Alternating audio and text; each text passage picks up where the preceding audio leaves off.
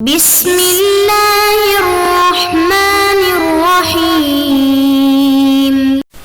نحمده ونصلی علی رسوله الکریم اما بعد بسم اللہ الرحمن الرحیم۔ عزیز طلبہ، آج ہم کنز الدقائق حصہ دوم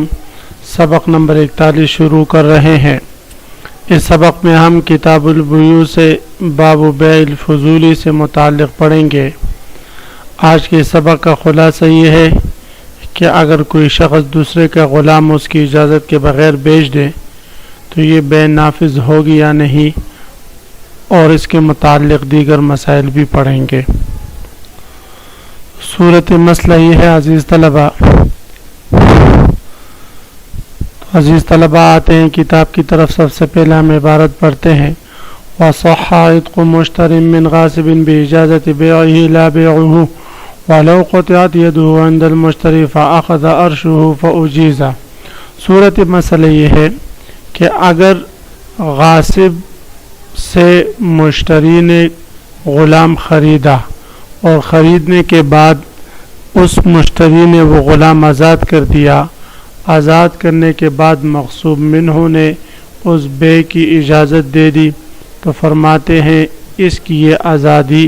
یہ درست ہوگی اور عتق نافذ ہوگا اس کی بے کی اجازت دے دینے سے۔ ہاں، اگر اس نے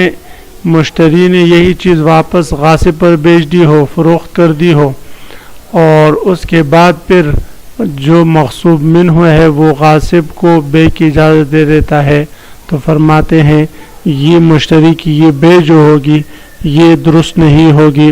اس لیے کہ اس صورت میں ابھی تک اس کے ملک تام آئی نہیں کہ اس نے آگے یہ چیز بیچ دی، یہ دوسرے کا بھی ملک تام نہیں آیا اور اب اس کی ملک تام ہو رہی اور اس کا ملک ناقص ہے، تو ایک ہی وقت میں دو ملکیتیں جمع نہیں ہو سکتی کہ ملک تام بھی اور ملک ناقص بھی ہو، تو اس لیے فرمایا وَصَحَّ عِتْقُ مُشْتَرٍ مِّنْ غَاصِبٍ، غاصب سے خریدنے والے مشتری کا غلام کو مشترا غلام کو آزاد کرنا صحیح ہے بِإِجَازَةِ بَيْعِهِ، جب اس کی بے کی اجازت دے دی ہو مغصوب منہ نے، لا بیعہ، لیکن اس مشتری کا یعنی غاصب سے خریدنے والے کا اس غلام کو بیچنا، اس کی بے جو ہے یہ نافذ نہ ہوگی اگرچہ بعد میں مغصوب منہ اس کی اجازت بھی دے دیں۔ وَلَوْ قُطِعَتْ يَدُهُ عِنْدَ الْمُشْتَرِي فَأَخَذَ عَرْشُهُ فَأُجِيزَ۔ صورت مسئلہ یہ ہے کہ اگر غاصب نے غلام غصب کیا اور آگے زید پر بیچ دیا، زید یہ مشتری ہے، اس زید نے وہ غلام اپنے پاس رکھا کہ اس غلام نے کا ہاتھ کسی نے کاٹا اور اس پر کسی نے جنایت کی، ہاتھ کاٹنے کے بعد مشتری نے یعنی زید نے اس کی جنایت اس جانی سے لی اور نصف دیت جو اس کی جنایت ہے وہ لے لی، تو اب فرماتے ہیں کہ اگر بعد میں اس بے کی اجازت دے دی مغصوب منہ نے، تو یہ جو تاوان ہے یہ کس کا ہوگا؟ مشتری کا ہوگا یا مغصوب منہ کا ہوگا، اس لیے کہ اس کی اجازت سے پہلے تو یہ غلام جو تھا وہ مغصوب منہ کا تھا، تو فرماتے اگر اس نے اجازت دے دی تو یہ تاوان بھی مشتری کا ہوگا۔ ہاں، نصف قیمت سے جو زائد دیت ہوگی وہ صدقہ کرے، اس لیے کہ وہ بغیر عوض کے اس کے قبضے میں آ رہی ہے، تو اس لیے فرماتے اس کا صدقہ کرنا افضل ہے۔ وَلَوْ قُطِعَتْ يَدُهُ عِنْدَ الْمُشْتَرِي، اگر مشتری کے پاس اس غلام کا خریدے ہوئے غلام کا ہاتھ کاٹا گیا، فَأَخَذَ عَرْشُهُ، بس مشتری نے اس کا تاوان لیا جانے سے، فَأُجِيزَ، اس کے بعد پھر بے نافذ کی گئی، فَعَرْشُهُ لِمُشْتَرِيهِ، تو وہ تاوان جو ہے اس قطعیت کا جو تاوان ہے وہ مشتری کے لیے ہے۔ وَتَصَدَّقَ بِمَا زَادَ عَلَى نِصْفِ الثَّمَنِ، اور نصف ثمن پر جو تاوان زائد ہو یعنی نصف ثمن سے جو زائد صورت تاوان اس کو ملا ہے اس کا صدقہ کرے، اس لیے کہ یہ اس کے زمان میں نہیں آیا۔ وَلَوْ بَاعَ عَبْدَ غَيْرِهِ بِغَيْرِ أَمْرِهِ فَبَرْهَنَ الْمُشْتَرِي عَلَى إِقْرَارِ الْبَائِعِ۔ صورت مسئلہ یہ ہے کہ اگر کوئی شخص دوسرے کا غلام اس کی اجازت کے بغیر بیچ دے، یعنی غاصب نے دوسرے کا غلام اس کی اجازت کے بغیر بیچ دیا. بعد میں اگر مشتری نے بائع کے اقرار پر جو ہے برہنہ بینہ قائم کر دیا، بائع یعنی جو فضولی ہے اس کے اقرار پر بینہ قائم کر دیا، یا اس غلام کے مالک پر جو ہے کے خلاف بینہ قائم کر دیا کہ اس مالک نے بائع کو یعنی فضولی کو بے کی اجازت نہیں دی تھی، فرماتے ہیں یہ بینہ قابل قبول نہیں ہوگا اگر یہ مشتری اس مبیع کو یا اس بے کو فسخ کرنا چاہے. اس لیے عزیز طلباء کہ ہم سبق نمبر 38 میں یہ ضابطہ پڑھ چکے تھے کہ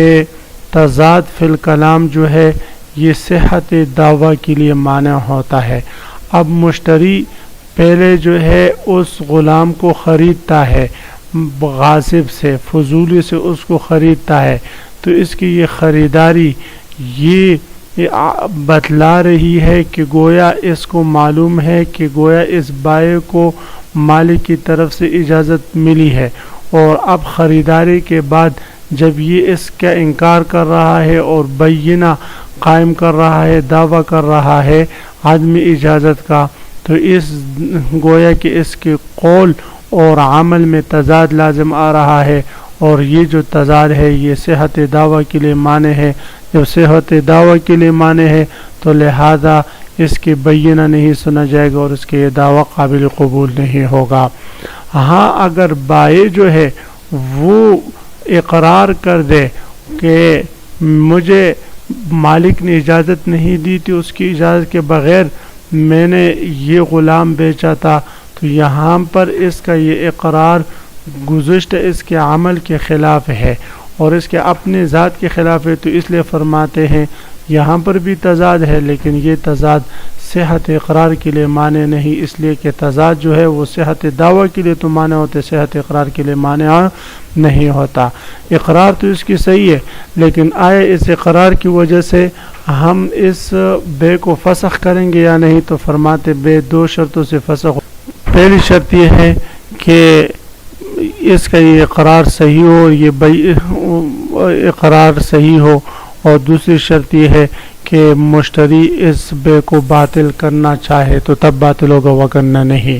تو فرماتے وَلَوْ بَاعَ عَبْدَ غَيْرِهِ بِغَيْرِ أَمْرٍ، اگر کوئی شخص دوسرے کا غلام اس کی اجازت کے بغیر بیچ دے، فَبَرْهَنَ الْمُشْتَرِي عَلَىٰ إِقْرَارِ الْبَائِعِ، مشتری نے بائع کے اقرار پر دلیل بینہ قائم کر دی، بائع کے اقرار پر بینہ قائم کر دی کہ او رب العبد، یا اس غلام کے آقا کے اقرار پر بینہ قائم کر دی کہ انہ لم یأمرہ بالبیع، کہ اس آقا نے اس بائع کو بے کی اجازت نہیں دیتی، واراد رد البیع، اور بے لوٹانے کا ارادہ کر لیا، تو لم تقبل بینتہ، تو اس کا بینہ قبول نہیں کیا جائے گا، اس لیے کہ یہاں تضاد یہ صحت دعویٰ کے لیے مانع ہے. وَإِنْ أَقَرَّ الْبَائِعُ، اگر بائع نے اقرار کر دیا بذالک، اس مذکورہ باتوں کا، یعنی جو فضولی ہے اس نے اگر اقرار کر دیا قاضی کے پاس کہ مجھے اجازت نہیں دیتی، جبکہ عمل تو اجازت کی طرف دال ہے، تو فرماتے ہیں بطل البیع ان طلب المشتری، صورت میں بے باطل ہو جائے گی اگر مشتری اس بطلان کا مطالبہ کرے. ومن باع دار غیرہ، اگر کوئی شخص دوسرے کا گھر بیچ دے. عزیز طلبہ، شیخین کے ہاں غیر منقولی چیز میں غصب واقع نہیں ہوتا. امام محمد رحمہ اللہ تعالیٰ کے ہاں جو ہے غیر منقولی چیز میں بھی غصب واقع ہو جاتا ہے، غیر منقولی چیز میں بھی ان کے ہاں غصب واقع ہو جاتا ہے. اس لیے فرماتے ہیں اب اگر کوئی فضولی آدمی غیر کا دوسرے آدمی کا گھر بیچتا ہے اور پھر اس کے بعد جو مالک ہے وہ آتا ہے، تو آیا وہ مشتری کو ضامن ٹھہرائے گا یا بائع کو؟ تو شیخین کے ہاں چونکہ گھر غیر منقولی چیزیں جو ہے یہ اس میں غصب متحقق نہیں ہوتا، تو اس لیے وہ فرماتے ہیں کہ یہاں پر غصب متحقق نہیں ہوا تو بائع کو ضامن نہیں ٹھہرائیں گے، بلکہ اس مشتری سے اپنا گھر لے لیں گے. اگر اس نے کچھ نقصان کیے تو اس نقصان کی تلافی لے لیں گے. جبکہ امام محمد رحمہ اللہ تعالیٰ کے ہاں اسی فضولی کو یعنی بائع کو ضامن ٹھہرائیں گے. ومن باع دار غیرہ، اگر کوئی شخص کسی دوسرے کا گھر بیچ دے، وادخل المشتری فی بنائہ، اور مشتری اس کے تعمیر میں داخل ہوں، یہ قید اتفاقی احترازی نہیں. لم یضمن البائع، بائع جو ہے وہ ضامن نہیں ہوگا شیخین کے ہاں. کیوں ضامن نہیں ہوگا بھئی؟ اس لیے کہ یہاں پر غصب متحقق نہیں ہوا. جب متحقق نہیں ہوا گویا یہ غاصب نہیں ہوا یہ بھائی، جب غاصب نہیں ہے تو یہ ضامن بھی نہیں ہوگا. اور امام محمد رحمہ اللہ تعالیٰ کے ہاں غصب متحقق ہوتا ہے، لہذا یہ غاصب ہے، لہذا ضامن ہوگا. عزیز طلبہ، تو آج کے سبق کا خلاصہ یہ ہوا کہ ہم نے بے فضولی سے متعلق چند مسائل پڑھے. کل انشاءاللہ آپ حضرات بتائیں گے کہ زمین میں غصب متحقق ہوتا ہے یا نہیں. اگر کوئی شخص کسی دوسرے کا پلاٹ بیچ دے یا گھر بیچ دے تو اس بائع کو ہم ضامن ٹھہرائیں گے یا نہیں. تو اس